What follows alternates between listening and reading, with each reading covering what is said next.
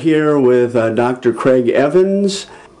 Okay, I was just wondering about switching to the Old Testament and the great discovery of the Dead Sea Scrolls that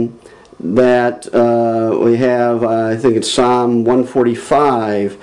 They found an alphabetical psalm with the missing verse. Would you want to say something about that? Yes, that's an interesting case. It's verse 13. An alphabetic or acrostic psalm, what happens is the first letter of a verse begins with a letter in the alphabet, but in the order, verse by verse, of the letters in the Hebrew alphabet. And so we would say in English A, B, C, D. It's a little different, of course, in Hebrew. And when we get to verse 13, we expect then, after 13 and before verse 14, we expect a verse to appear that begins with the letter N. And the letter N, if it were Ne'eman, for example, it would mean faithful. But the verse isn't there. And so we go from L, M, and then skip over N, and then we go to the next letter in the Hebrew alphabet, which is Samek. And on we go. And so scholars always wondered, did a verse slip out? Did it accidentally just get skipped somehow by a scribe? Well, the Greek translation has the verse. And in Greek, the word is pistos. Pistos means faithful. And faithful, translated into Hebrew, is Ne'eman. Ne'eman begins with an N. And so scholars surmise that there really was originally an N verse. Well, when the Dead Sea Scrolls were discovered, we happened to find a psalm scroll. There were several. And this particular scroll included Psalm 145. Well, it wasn't surprising at all to find there's the N verse, Ne'eman, which read just like the Greek.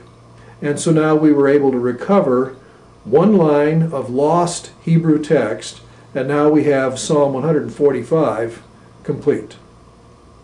Also, in the book of Samuel, there seems to be, they found a lost paragraph. And could you say something about that?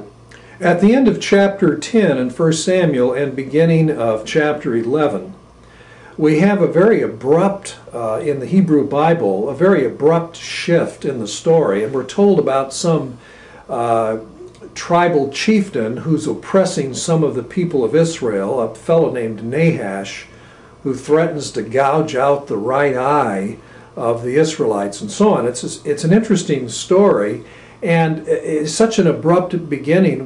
We always wondered, is there something missing? And Josephus, the first century Jewish apologist and historian, he tells the story, and he seems to know more about the story than what we had in the Hebrew Bible. So we wondered if something was missing, and sure enough, in Cave 4 at Qumran, Cave 4, the cave that had about 600 of the 900 Dead Sea Scrolls in it, discovered in 1952. Well, what we discovered in the Samuel scroll from Cave 4 were, we would probably number 3 or 4 verses or so equivalent.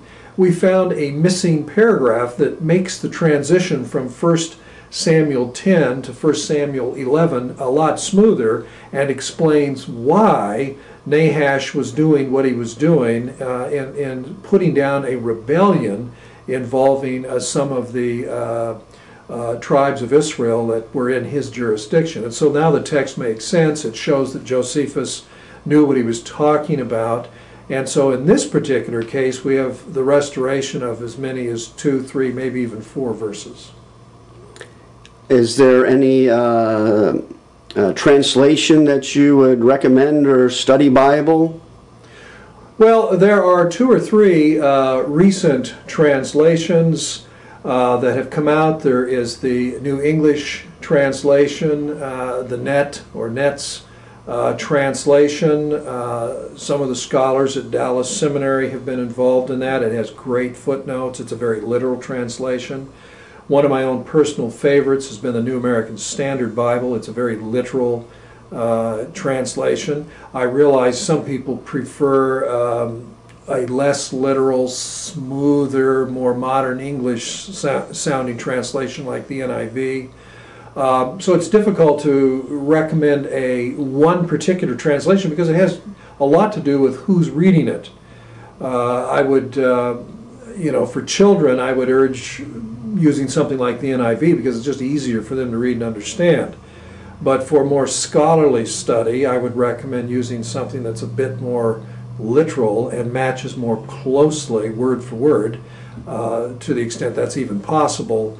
And the Hebrew in the Old Testament, or the Hebrew in the Greek, or the Greek in the New Testament, I mean.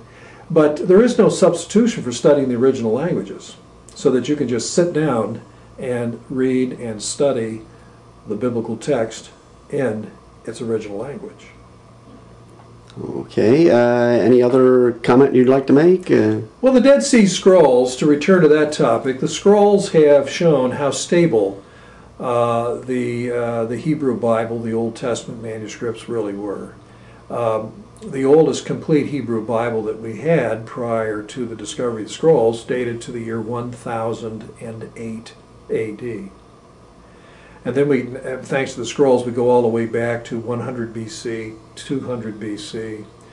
That's a huge leap back in time, and where we recover hundreds and hundreds of years and get much closer to the originals. And to find the text stable, reading the same way, I think it shows that the Hebrew manuscripts are indeed reliable. And I think that's a pretty amazing story in itself. The other thing about the scrolls, too, is they tell us about the world of Jesus and his apostles. Now we have important context for some of Jesus' teaching about the kingdom of God, for example, or messianic expectation. What was the Messiah expected to do? Well, people would be healed when he came. The blind would receive their sight. The dead would be raised up. The poor would have good news preached to them. Heaven and earth would obey God's Messiah. That's an astonishing statement. That's a text number 521 found in the fourth cave. Well, that's what we see Jesus doing. That's how he replies to John the Baptist when John was in prison and discouraged, and sent messengers and asked him, "Are you the Christ? Are you the one who is coming?" And Jesus says, "Go back and tell John what you're seeing. The blind regain their sight, the lame can walk, lepers are cleansed, dead are raised up, and the poor have good news preached to them." And so what Qumran shows us is that Jesus really did possess a messianic self-understanding, and he was answering these expectations, not violently, not threatening to destroy the Roman Empire as some hoped, but was indeed fulfilling the prophecies of Isaiah, and was really living up to the prophecy of the coming servant Messiah who would heal God's people. And so the scrolls I could go on and on, how the scrolls shed light on the Apostle Paul and his teaching, or on the letter of James, or on the letter of Hebrews, on the hope of a new city, a new Jerusalem expressed in the book of Revelation. The scrolls offer us a gold mine of information and insight into the world of Jesus in the early church. Any key book you'd recommend on that topic? Well, I have written a handbook, a guide to the Dead Sea Scrolls. If anyone wants to pursue this question further, it's published by B&H. It came out a year ago. A guide to the Dead Sea Scrolls. It's part of the Holman Quick Source series, and that's what it's intended to do, to help people and lead them by the hand through this very important discovery, all of the different scrolls, what light they shed on the Bible, what light in his world, his apostles, various writings in the New Testament. Okay, well, thank you very much. I appreciate your time. You're welcome.